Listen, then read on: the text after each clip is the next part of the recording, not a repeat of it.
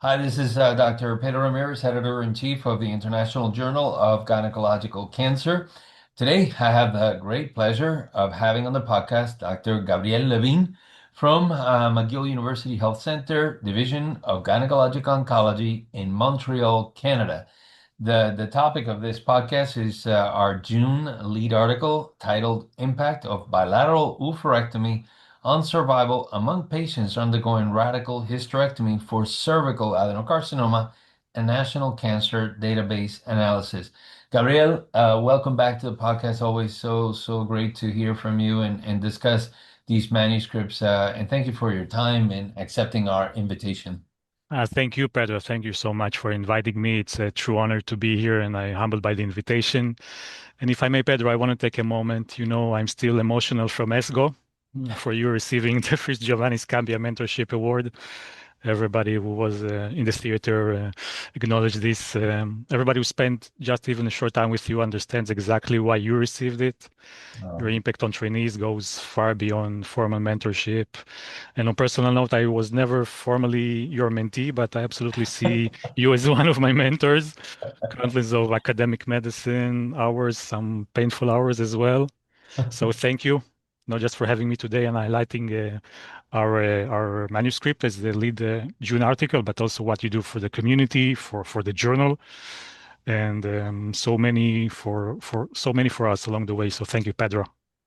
Well, thank you for those kind words, and I'm incredibly proud and honored to work with you and have worked with you on many projects. So, again, the feeling is mutual with regards to the admiration that I have for your work. So, thank you, Gabriel, for saying that. So, on this topic, the topic of bilateral oophorectomy in patients undergoing radical hysterectomy, of course, obviously, this has been an ongoing discussion for many years. Controversial decision in the operating room, often or prior to the operating room, whether to remove the ovaries during a radical hysterectomy for cervical cancer. There are many surgeons who still do this routinely. Historically, surgeons often remove them due to fears of hidden cancer spread. Why is this decision so critical for a woman in her 30s or early 40s also? If we know the risk of menopause, why hasn't there been a clear yes or no on preserving ovaries, particularly in adenocarcinoma? Yeah, thank you, Pedro. You're right. Well, by removing the ovaries, we cause abrupt premature surgical menopause, eliminating ovarian estrogen, testosterone, progesterone production. And eventually, we know that it leads to increase in all-cause mortality. There is actually a paper from Ontario published at the BMJ by Maria Cusimano et al. Inspecting over 100,000 benign hysterectomies with and without BSO, and there was an increase in non-cancer related death hazard ratio of almost 1.4. And still, as you mentioned, it's still a discussion, yes or no, and why is it? So regarding the clear yes or no, it's probably rooted in fear of leaving disease behind while you're doing radical hysterectomy, which means metastatic spread to the ovaries. We have all data, and I mean really all data in the time when PET was not available and staging procedures were different, indicating that up to 5% of apparently early cervical cancer has some spread to the ovaries. And you can divide it with less than 1% in squamous cell carcinoma histology, and the literature goes up to 5% in adenocarcinoma. As adenocarcinoma is believed to have different spread patterns, different spread biology, more hematogenous and more peritoneal spread. Is it based on high-level evidence? No, it's really all data, and we still base our decision based on all data. The challenge is that we still lack definitive prospective data, which we probably won't have it, right? So the decision remains individualized, balancing the small but serious oncologic risk if you leave disease behind on the ovaries versus the lifelong implications of abrupt cessation of hormones, right? And quality of life as well. We didn't mention quality of life. And old habits die hard. You can see what's going on in high-grade serous ovarian cancer. Should you go neoadjuvant or should you go primary cytoreductive surgery?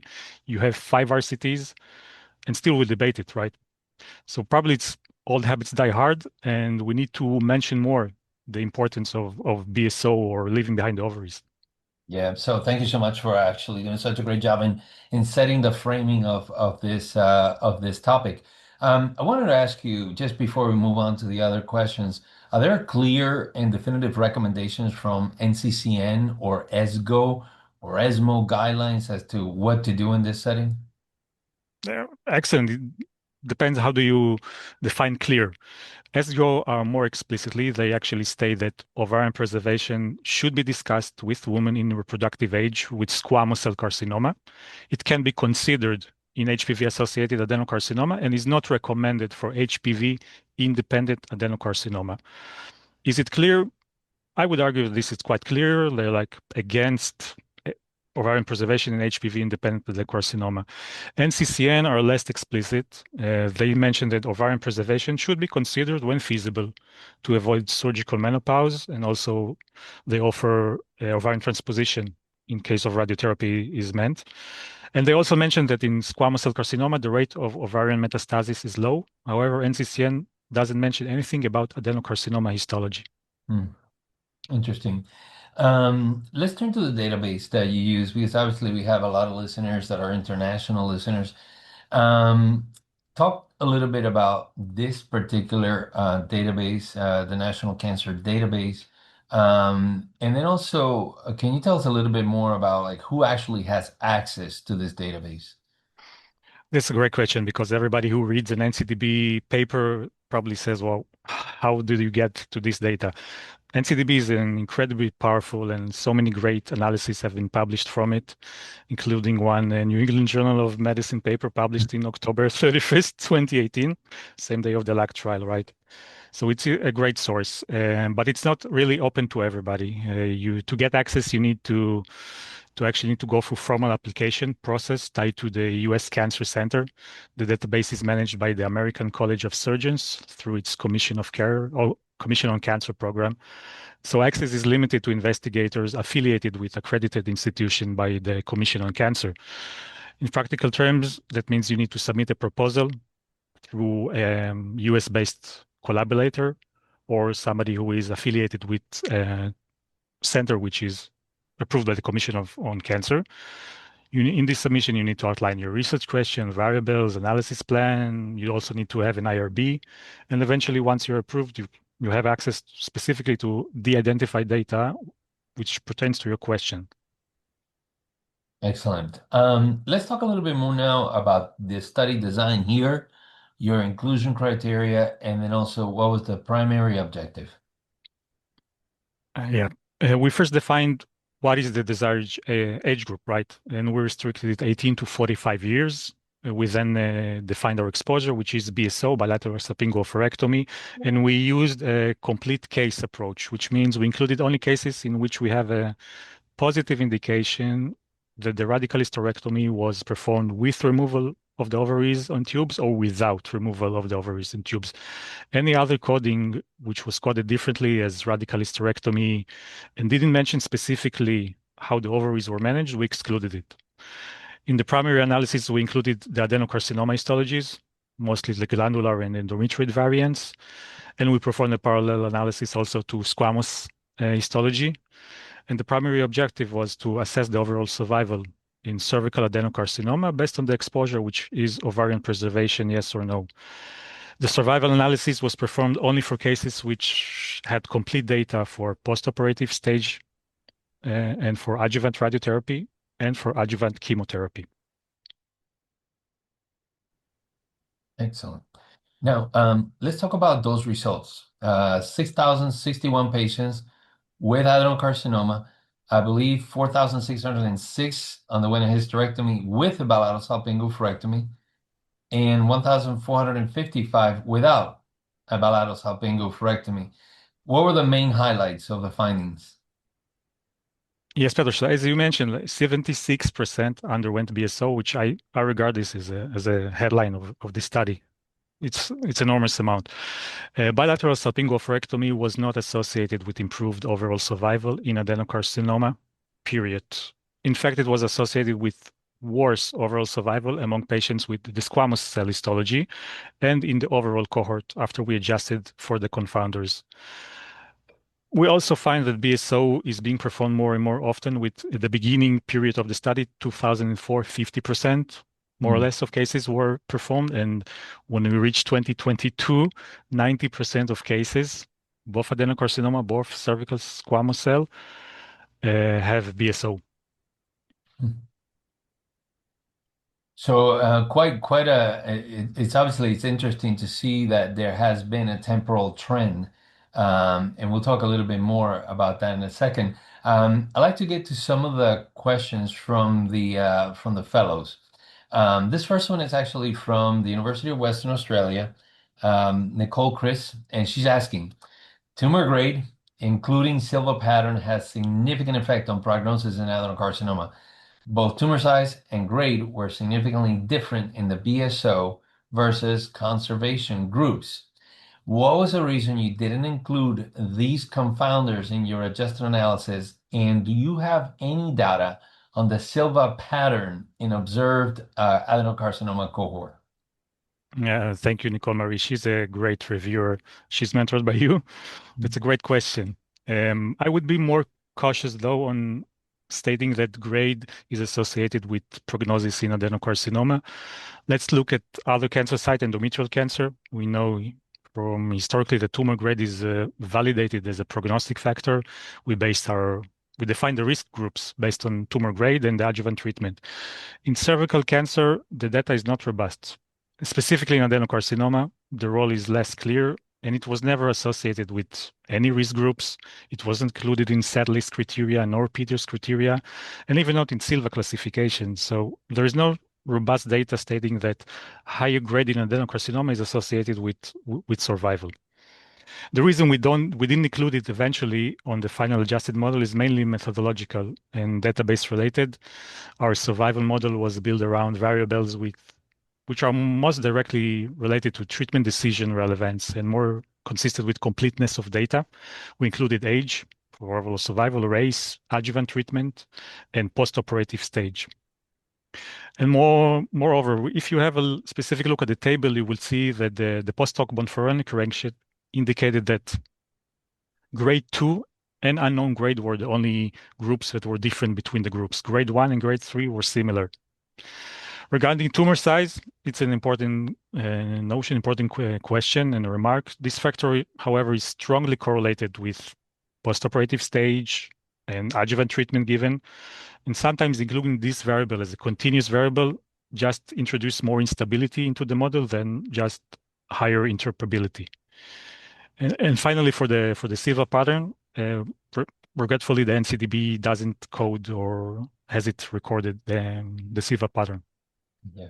And it's important to highlight, and as you mentioned, that oftentimes these are questions that we will have and ideally would want to get from a database such as the National Cancer Database. But if the information is not there, it's not feasible to perform that analysis.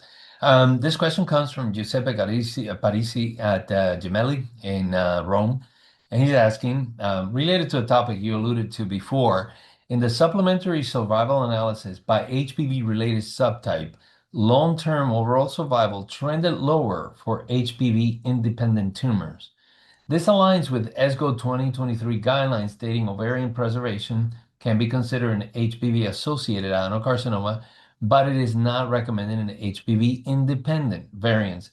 How should clinicians now apply your data in HPV-independent subgroup, and do you still view HPV-independent histology as a practical contraindication to ovarian preservation?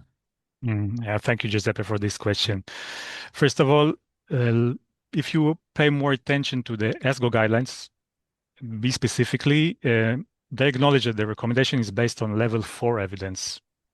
However, grade 1, that means that it was based on case series, case report, on expert committee opinion, so no high-level evidence, even not level 3 evidence. I think we need to interpret the data that we show in our paper with caution. This is only a subgroup analysis. It's not adjusted. This is very, very important. And we know that HPV-independent adenocarcinoma has worse prognosis. However, we can't really tell if they have higher risk of ovarian metastasis at time of hysterectomy. This is unknown, and we won't know this this data. Personally, I see that our data is supportive for this ESGO recommendation of avoiding ovarian conservation in HPV-independent histology. But again, this is only unadjusted analysis. Right. Next question comes from Alvin Matthew here at Houston Methodist, and he's asking, your manuscript highlights several key variables that are not captured in the database, such as recurrence, hormonal therapy use, and cause-specific mortality. Now, if you were to design a prospective trial to evaluate ovarian preservation in early stage cervical adenocarcinoma, which missing variable do you think is most critical to capture? Thank you, Alvin, for these questions. If I had to choose one, I would like to ask you also, Pedro, what would you choose? But I would choose the recurrence data, and ideally with the site of recurrence, of course, the PFS and the site of recurrence, because this is the central question, whether we leave behind cancer if we preserve the ovaries. Overall survival is also important, but recurrence pattern is the oncologic endpoint that we should be discussing here. That said, the ideal trial should also capture, do you use hormonal menopausal treatment? What is your quality of life, cardiovascular outcomes and risk factors, and all cause or the cause-specific mortality? Because the trade-off here is not only cancer control, but also long-term survivorship. We must record an analyzed quality of life. And still, if I was forced to choose only one, I would go for recurrence and site of recurrence. Yeah, no, I completely agree, and I think it's also, I mean, it's a study that prospectively I think will be exceedingly very challenging, given particularly the fact that not all patients that are undergoing radical hysterectomy with adenocarcinoma are going to be ideal candidates for a prospective evaluation, because for many of these patients, if you're already along the more elderly age population, then you're probably not going to have enough time for an event of a recurrence to manifest as you would in a patient who is much younger. And then, of course, obviously, you would have to deal with a significant bias in terms of what is the practice by the operating surgeon. So, yeah, many confounders that would make it very challenging to do this an evaluation prospectively. Next question comes from Vincenzo Tarantino also at Gemelli. And his question is, if premature surgical menopause negatively impacts long-term cardiovascular mortality, why would this signal emerge in squamous carcinoma, but not in adenocarcinoma, given that patient age is comparable between the groups? This is an excellent question, Vincenzo. There might be a few plausible explanations. First, in squamous cell carcinoma, the baseline probability of ovarian metastasis, ovarian involvement is particularly low, less than 1%, I would say. So the oncological upside of BSO is probably minimal. That means that the long-term harms of premature surgical menopause would be easier to detect. And second, they have higher sample size. The squamous cell cohort was much significantly larger, which improves the power to detect a modest effect on long-term difference. So I would not conclude that surgical menopause is harmless in adenocarcinoma. It would be more interesting to see if we have even larger databases in the future to examine this question. I would say that squamous analysis may simply reveal the harm Yeah. more clearly. Next question is from Leila Abuladzi from Georgia. And her question is, considering the survival differences associated with minimally invasive versus open surgery, as shown in the LAC trial, how do you think surgical approach might have influenced the results in your study? That's an amazing question. And I promised Leila that if we're going to do an analysis, she will be a co-author on this. As you and I published in the Great Journal, in the IJOG, we saw higher adoption of MIS before the LAC trial, and after the LAC trial, it dropped significantly. And we don't see this trend in our analysis, right? The BSO rate just rise from 50% to 90% at the end of the, so it doesn't go along. Higher adoption of MIS might have indeed affect survival, as seen in the LAC trial, but regretfully, surgical approach in the NCDB is only available since 2010, only part of the database. So this was why we didn't include it in the regression analysis in the Cox. Excellent. Beate Sarta from Latvia. She's asking, do you think bilateral salpingo-oophorectomy plus timely, adequate menopausal hormonal therapy can meaningfully mitigate the long-term harms of surgical menopause? And if so, in which patients would you still choose BSO despite the low absolute ovarian metastases or recurrence risk? Thank you for this question. I do think that timely and appropriate menopausal hormone therapy can mitigate, at least to some extent, the long harms of premenopausal oophorectomy. And this is very important to acknowledge. Recently, the TUBA study, the Dutch study, was published with the prospective study of yes or no BSO. And we know that supplement with HRT is not perfect. Patients still report higher rates of vasomotor symptoms. But we do have level 1 evidence from some subgroup analysis of the estrogen alone trial in patients around 50 years age benefited in terms of all-cause mortality from HRT or HMT, as you call it. As for who still should undergo BSO, it's a great question. I would also ask you if you would mind answering. I would reserve it for patients with specific oncological reasons. You open the abdomen, you see abnormal ovaries, suspected ovarian involvement, mass of concern. Of course, if you see any extracervical disease, or unless you want to abandon surgery, or in clinical scenarios where postoperative pelvic radiation is very likely and ovarian function preservation is unlikely to be meaningful anyway. Yeah, no, I agree with you. Of course, obviously, in any postmenopausal patient, we know that the ovaries are going to be coming out. But in a premenopausal patient, as you mentioned, I agree. I think that if there's anything that is looking suspicious in the ovaries, to certainly remove those ovaries. If the patient has a family history, breast, ovarian cancer, also to remove those ovaries Mm. as well. And again, I mean, otherwise, I agree that if the patient is a premenopausal patient that has no evidence of any suspicion in the ovary, then I would ideally just preserve the ovaries as well. And then of course, then that comes that patient that may be in their late 40s, early 50s, and they're debating whether the ovary is still having any function or not. And then in those patients, oftentimes we have a conversation about actually checking to see if there is still any ovarian function, because that may be the determining factor that where patients may say, well, then just take them out if they're not functioning already, if it's in a perimenopausal state. So with that, then we'll turn to the next question, Nicole Chris, and she's asking the relatively recent SHAPE and CONSERVE trials are promoting de-escalation in early cervical cancer.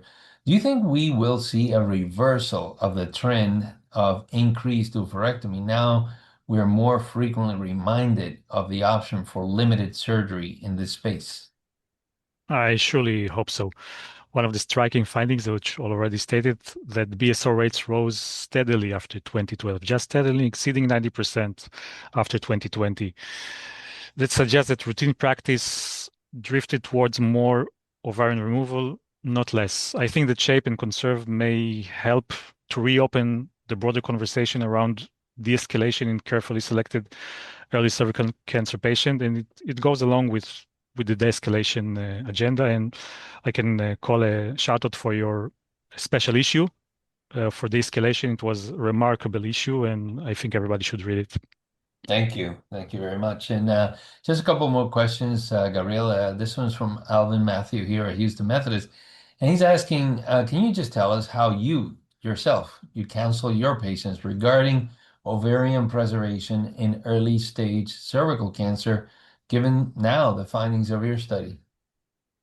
I would tell the patient that a young premenopausal patient with early stage cervical cancer, normal appearing ovaries, if we remove the ovaries, doesn't improve to doesn't seem to improve her overall survival, and preserving them might help avoid the long-term effects of premature menopause. I would also explain that this decision still depends on the tumor course type, histology, right, stage, appearance of the ovaries, imaging, and as you also mentioned, familial history or genetic tendency for ovarian or breast cancer. For squamous histology, ovarian preservation is already widely accepted. inappropriate patients. And for adenocarcinoma, our data is quite reassuring and supports the discussing preserving more routinely. Although certain subtypes, as HPV independent, I would state our findings and yeah, I would go with ESGO recommendations that in HPV independent we should not preserve ovaries. Excellent. So, Gabriel, as a last question, now traditionally we have a question from AI. And the question from AI for your article is the following. It says, your data shows that despite international guidelines endorsing ovarian preservation, surgical practice has moved in the opposite direction since 2012, reaching over 90% removal rates by 2020. Since you noted this rights may be linked to the technical ease of removing ovaries, do you believe we have accidentally prioritized surgical convenience over long-term survivorship? And how do we practically reverse an entrenched habit that is now supported by 90% of your peers and colleagues? Mhm. Yeah, it's an interesting question, but I have no way to explain how come we see this steep rise in 2012 with the BSO. It's probably surgical convenience. I don't see any other reason unless you can see. But I wouldn't say that surgeons intentionally prioritize convenience over survivorship. But I do think that practice patterns can drift in the direction when a step is technically easy, when we're familiar with the anatomy, and when it's perceived oncologically safer. During MIS, radical hysterectomy, the removing of the ovary is straightforward, and historically, many surgeons were trained to think, if in doubt, take them out. And if you open the textbook, you will see that in an adenocarcinoma, you shouldn't preserve ovaries. Reversing this requires more than just guidelines. It requires exactly what we're doing now, to have a conversation, to have engagement of the community, of the scientific community, to raise awareness of what is really known, though it's retrospectively. And we need to make ovarian preservation for premenopausal patients an explicit preoperative decision in counseling, maybe to document it in tumor boards like a checklist. Premenopausal patients, ovarian conservation discussed, yes or no, pros and cons. We need to counsel patients about surgical menopause and how can we mitigate with hormone replacement therapy.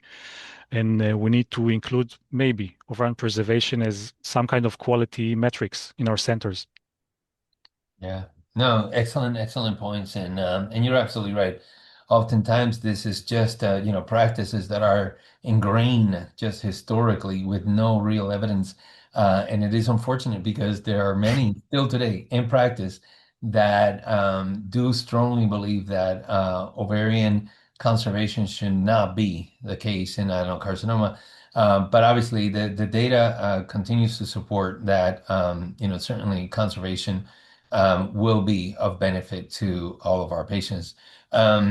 Gabriel, thank you very, very much. Excellent podcast. We're really looking forward to the Journal Club, where you will be able to field questions from all over the world when we join in for that Journal Club. So I want to thank you again for number one, sending the manuscript to our journal.